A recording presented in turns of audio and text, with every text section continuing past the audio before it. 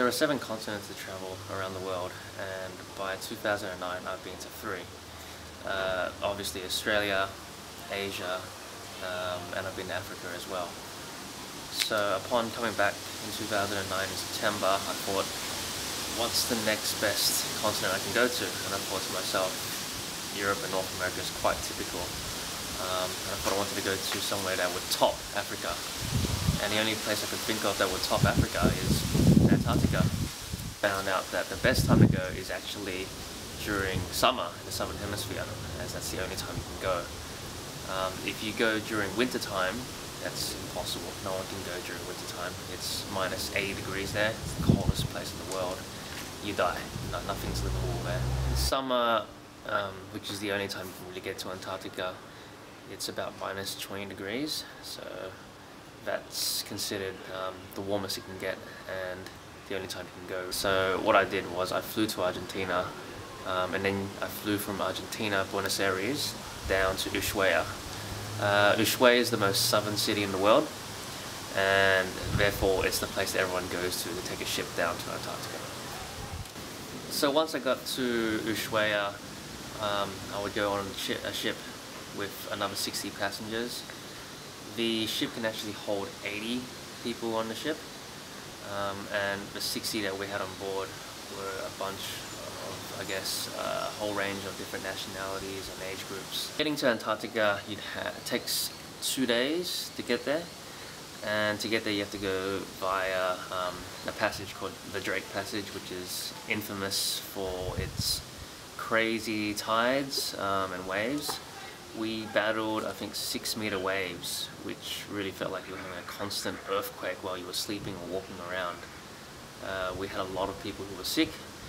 I think everybody was taking tablets, had little patches on their necks to stop themselves from getting seasick.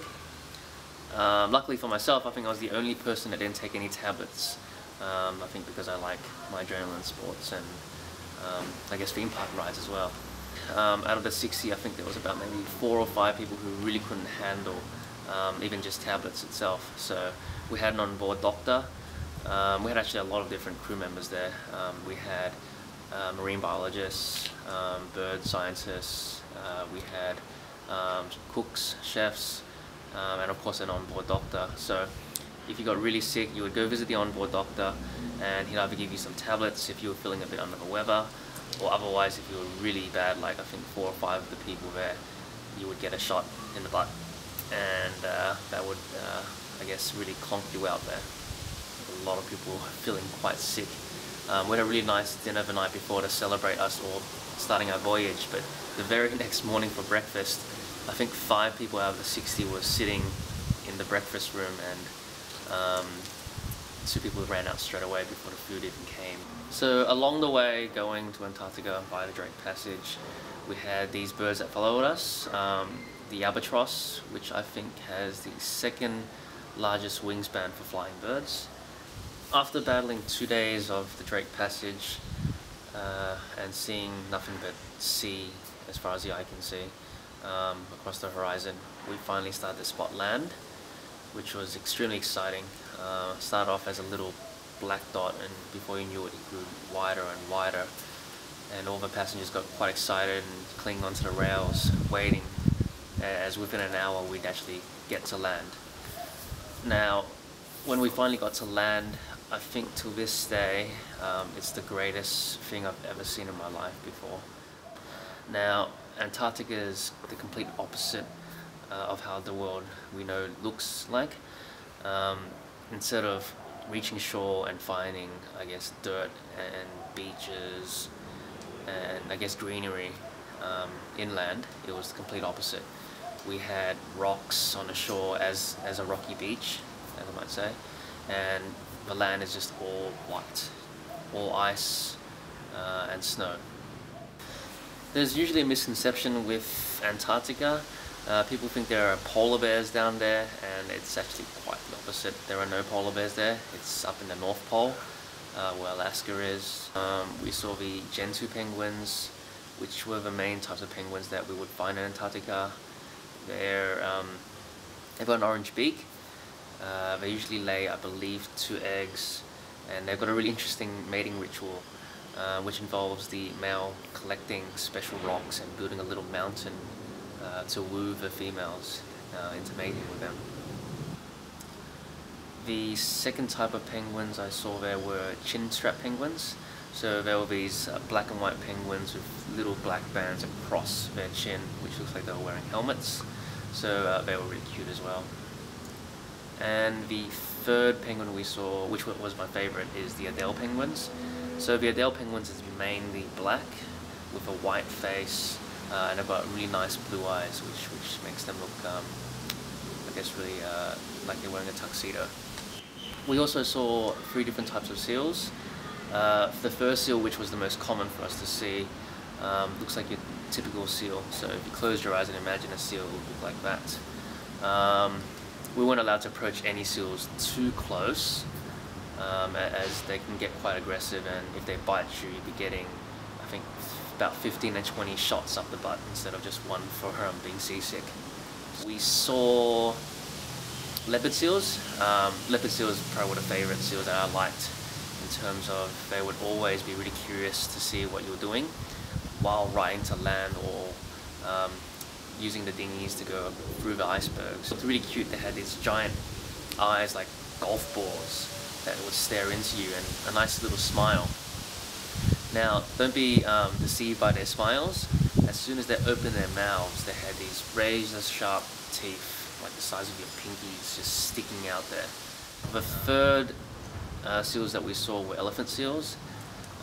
Like the name goes, they look exactly like they sound. They were big and fat, like I think half a ton. Their faces look like elephants too, so they had these elongated noses that would just flop, covering majority of their faces, and they would really stink as well. The whales was my favorite. They're just so, I guess, so large and majestic. There were, I think, about 3 whales we saw. The minke whales. So the minke whales are half dolphin, half whales, and they would just submerge a little bit, and all you'll really see is just their dorsal fins. There was also the humpback whales, which are my favorite because we actually got really close to them. Now, the humpback whales were, we saw a whole pod of them riding by, and we would jump on our dinghies, actually go chase after these humpback whales. And seeing the humpback whales so close, we would see a tail that would come up above us, I think maybe 10 or so meters, and the whale tail would be the size of a whole room, just, you know, shadowing over our little dinghy. And the last whales that we saw were orca whales, otherwise known to most people as killer whales. We saw a whole pod of those fly by. So there were many highlights I had during my trip to Antarctica. First, and probably the biggest highlight for me, was the first time reaching land and walking out, I guess, into the open white field and taking it all in.